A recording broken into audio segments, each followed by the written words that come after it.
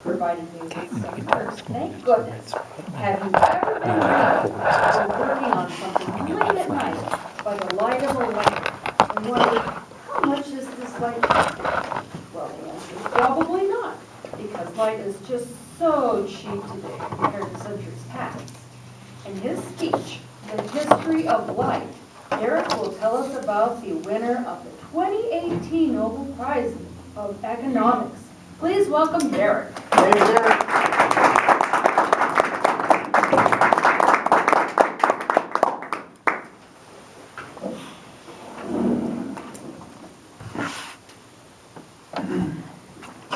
For thousands of years, light was a huge hassle. If you wanted to have light after dark, for centuries it consisted of just gathering something up and lighting it on fire. Firewood, they advanced to candles, oil. But really, the story of light, the history of light, is the story of economic growth. It is why we are not all subsistence farmers. It's why we can hire artists, why we can hire plumbers, why we can have cars, and yes, why we can meet in a brightly lit basement and have Toastmaster meetings. The story of light is a story of economic growth, and I want to tell you about that tonight. Fellow Toastmasters, Madam Toastmaster and guests, tonight I'm giving my 10th and final speech for the Advanced Communicator Bronze Award, but this speech was penned and jotted down almost a year ago, right after I read an article about the 2018 Nobel Prize of Economics. It was awarded to Bill Nordhaus from Yale University and Paul Romer from NYU.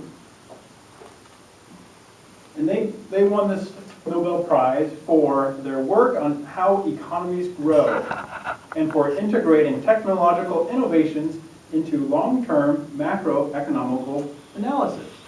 Yes, that sounds like a mouthful, but in my speech tonight, I want to hopefully explain a little bit about light and what their work signifies. But first, let's take a walk down the dim path of history of light. So yes, as I want to reiterate what I mentioned before about back centuries, the first humans, if they wanted light after the sun went down, they'd gather up firewood, light it on fire. Yes, they got a little more sophisticated about lighting something else on fire. For example, in the Pacific Northwest, the Indians would gather up salmon, dry it out on a log. Salmon, being very high in oil, would make a very good lamp. In Scotland, there's a bird called the petrel bird. And petrol is where we get the term for gasoline in Europe. But the petrel bird, again, is a very high oil content bird. They would dry the bird out, stretch out the neck so it's nice and straight, stick a string down the neck like a wick, set it on a table, light it on fire. Wow. Imagine having a petrol bird lamp. Oh, yeah. Then, candles. To make a candle required fat. Most of the time it would be cow fat.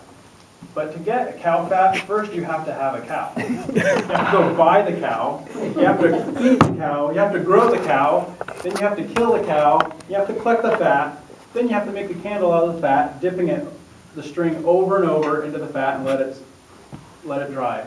Making a candle was expensive, just as all those other methods through the centuries.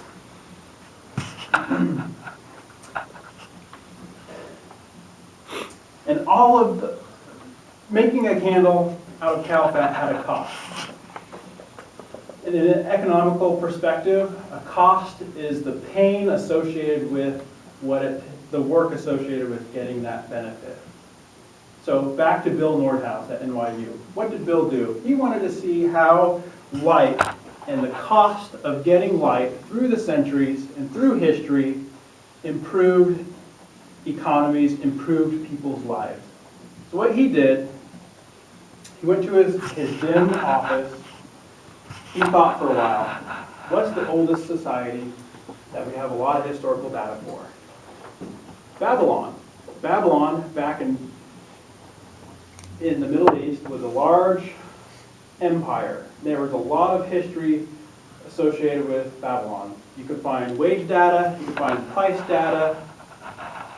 So what Bill did, he got that data, got an oil lamp from Babylon, similar to what they would light their house or the palace.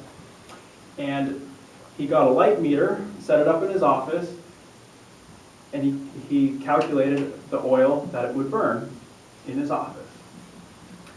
But he needed a method to compare the oil in that lamp from ancient Babylon to today, or to the petrolberg, to candles, to how much light costed through the years. So he compared what it would cost for an average worker's day wage compared to the minute of light they would get from the oil. For example, in ancient Babylon, an average worker would have to work, a day's wage for an average worker would get him about 10 minutes of light from that oil lamp. Talk about expensive. I wouldn't write love letters by candlelight if I was in ancient Babylon.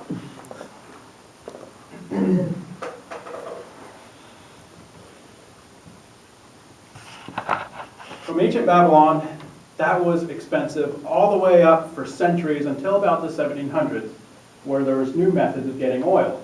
There was the Eskimos, they would go out and kill a whale. Still oil, putting it in a lamp, but a little bit cheaper. A day's wage would get you about an hour of light from your lamp. Then in the 1850s, this magical liquid was discovered, kerosene. You could put that in your lamp. That would get you about 5 hours of light for a day's wage. Then in the 1900s, with the invention of electricity and the light bulb, electricity brought very cheap light. Today, an average worker's day's wage would get you about 20,000 hours of light. Compare that to back in ancient Babylon, where if you were an average worker, a day's wage would get you 10 minutes.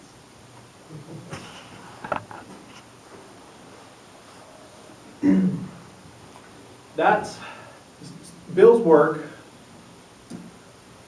by calculating the day's wage and the equivalent to the amount of time of light you would get shows how economies and society improve over time. And that's the sign of economic growth. That small improvements over time can bring real innovation and real growth, and why we have cars, why we don't have to go and grow a cow to make candles, why we don't have to go catch our petrolbergs and make lamps. And that's why in